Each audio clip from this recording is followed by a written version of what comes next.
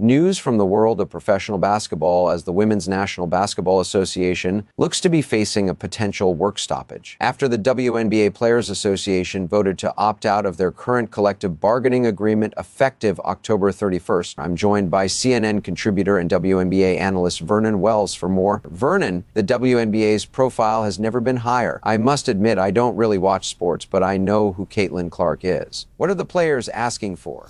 Thanks for having me, Anderson. This lockout is not much different than what you would see in any other sport. Essentially, the players are unhappy with what they are earning and would like a bigger piece of the pie. Do you have any insight on how much the WNBA is making right now and what the players' share of that is? Yeah, this season, the entire salary of every player in the league was just $17 million combined, and that's for every player on all 12 teams. Wow, that seems really low. In comparison, how much did the league make in that same period? Yeah, so this past season was the best year on record by far, and the league reported that they lost roughly $40 million. Sorry, the league lost $40 million? Correct, and that's the best year financially they have ever had. I don't understand. Why are the players asking for a raise if the league loses so much money? That's a good question, Anderson. Probably because they're women. It's kind of like when a rich guy's wife starts a cutesy business selling candles or teas that keeps her busy but loses a couple $100,000 of his money per year. You know, normally if a league was losing money, it would shut down, as we've seen countless times with the XFL, USFL, and many others. But luckily for the WNBA, much like the wife, they have been subsidized by their rich husband, the NBA, since its inception, so they've never actually had to turn a profit. Is there at least a path to profitability for the league? Potentially, yes. You see, games that superstar sensation Caitlin Clark plays in routinely draw over 1 million viewers, as well as having the highest attendance, whether at home or on the road. So there might be a scenario where if she plays every day for every team, that could be just what the league needs to push themselves into the black. So it's safe to assume that everyone in the WNBA loves Caitlin Clark, as without her, they'd have no leverage whatsoever. You would think that, however, it's actually quite to the contrary, as most players in the WNBA hate her.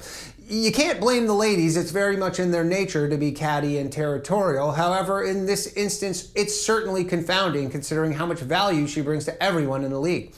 Some are speculating the reason she is so hated by other players is due to the fact that she is white and is now the face of the league. I'm hardly an expert in economics, but if the league loses so much money, what would the owner's incentive be to give all the players a raise? Wouldn't they be better off holding out as long as possible, thereby minimizing their losses? You know, conventional economic wisdom would agree with that. However, the WNBA operates under girl math. Essentially, losing money is good and profit doesn't matter. Also, they will call the owners racist and sexist if they don't get their way. What do you say to the people that think the women should be making closer to what the men in the NBA make? To put it politely, I would say anyone that says that needs to have their brains examined. The NBA actually generates massive revenue and a sizable profit. The WNBA's greatest financial accomplishment is losing $40 million in a season. But the players are just as good? Oh no, not even close. And they play with a smaller ball. But I imagine the basket is proportionally smaller then? That would be a good assumption, but the basket is actually the same size as the men's game. Doesn't that mean it should be easier for the women and they should score more? Yes, absolutely. And do they? No, most definitely not. The WNBA average field goal percentage is actually 3 points lower than the average in the NBA. This might be a stupid question, but why do people watch the WNBA? That's actually a good question. I don't know. They're objectively worse than the best 16-year-old boys, and the game isn't even particularly entertaining or fun to watch.